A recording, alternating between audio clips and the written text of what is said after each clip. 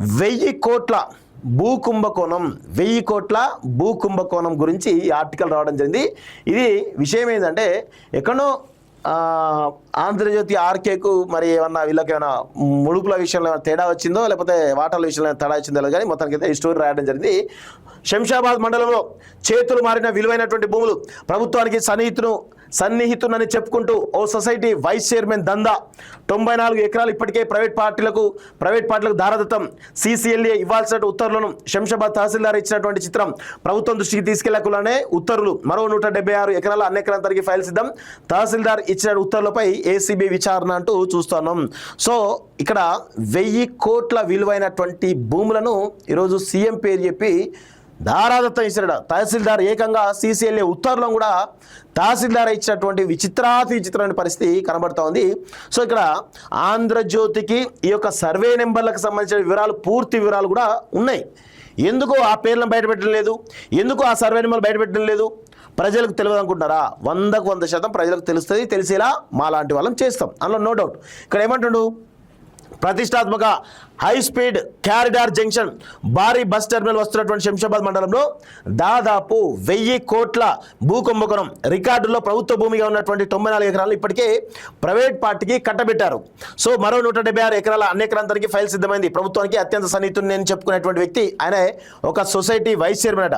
ఈ భూ కుంభకోణం వెనుక ఉన్నట్లు సమాచారం. ప్రభుత్వ మద్దతు నాకుంది, నీకెందుకు నేను చూసుకుంటా అంటూ ఆయన ఇచ్చిన భరోసాతోటి ఈ భూములకు సంబంధించి రెవెన్యూ కార్యదర్శి సీసీఎల్ఏ ఇవ్వాల్సిన ఉత్తర్వులను స్థానిక తహసీల్దారే ఇచ్చేయడం గమనార్హం. శంషాబాద్ మండలం పెద్ద షాపూర్ ఇప్పుడు పారిశ్రామికంగా అభివృద్ధి చెందినటువంటి ప్రాంతం.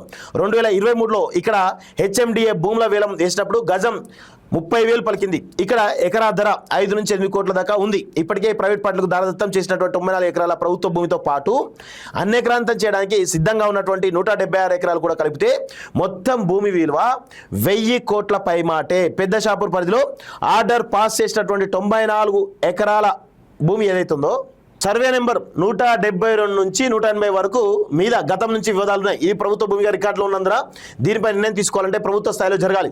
ప్రైవేట్ వ్యక్తులు ఈ భూమిని క్లెయిమ్ చేస్తే కలెక్టర్ ద్వారా తహసీల్దార్ ఈ విషయాన్ని ప్రభుత్వం దృష్టికి తీసుకెళ్లాలి. కానీ ఈ కేసులో తహసీల్దార్ ఎవరైతే శంషాబాద్ తహసీల్దార్ సీసీఎల్ఏ అవతారం ఎత్తారు. తన వెనుక ఒక సొసైటీ వైస్ చైర్మన్ భరోసాతో బరితేయించారు. ఈ భూములను ఒక పార్టీ కట్టబెడుతూ ఉత్తర్వులు ఇచ్చేశారు. ఈ ఏడాది ఫిబ్రవరి 20న ప్రొసీడింగ్స్ జారీ చేశారు. ఇది రెవెన్యూ వర్గాల్లో చర్చనీయంగా మారింది. దీనిపై కోర్టు నుంచి ఇప్పటి వరకు ఫైనల్ డిగ్రీ కూడా రాలేదని తెలిసిన కోర్టు పేరు చెప్పి ఉత్తర్వులు ఇవ్వడంపై చర్చ జరుగుతుంది. క్రిమినల్ కేసులున్న సో సర్వే నెంబర్ 626/1 పరిధిలో ఉన్నటువంటి భూముల విషయంలో క్రిమినల్ కేసులు ఉన్నాయని తెలిసిన ప్రైవేట్ వ్యక్తులకు లబ్ధి చేకూర్చేలా తహసీల్దార్ వ్యవహరించడంపై రెవెన్యూ ఉన్నతాధికారులు విస్మయం వ్యక్తం చేశారు. CS7 పరిధిలో లేని భూములను సైతం ఈ పరిధిలోకి తెచ్చి అడ్డగోలుగా ప్రైవేట్ వ్యక్తులకు కట్టబెట్టేలా నిర్ణయాలు తీసుకున్నారని, ఈ విషయంలో ఏకంగా పై అధికారులను కూడా లెక్క చేయకుండా తహసీల్దార్ వ్యవహరించారని సమాచారం. ప్రభుత్వానికి చెడ్డ పేరు వస్తుందని తెలిసినా తన వెనుక ఉన్న వ్యక్తిని చూసుకొని ఆయన ఈ తెగింపు ప్రదర్శించారని రెవెన్యూ వర్గాలు చెబుతున్నాయి. ఈ వ్యవహారంపై ఏసీబీ కూడా దృష్టి సారించినట్టు తెలుస్తుంది. సో ఇదంతా కూడా రేవంత్ రెడ్డి పేరు చెప్పి నేను రేవంత్ రెడ్డికి చాలా పెద్ద ఎత్తున సన్నిహితుడిని అని చెప్పేసి 1000 కోట్లు అంటే చెప్తుంది 1000 కోట్లు కానీ ఇంకెక్కువే ఉండేటువంటి అవకాశం అయితే చాలా స్పష్టంగా కనబడుతుంది. 1000 కోట్లకు పైగా విలువైనటువంటి భూములను అన్యక్రాంతం చేసినట్టుగా చాలా స్పష్టంగా అర్థమవుతుంది. దీనిపైన విచారణ జరగాల్సినటువంటి అవసరం ఉందనేది చాలా స్పష్టంగా తెలుస్తూ ఉంది.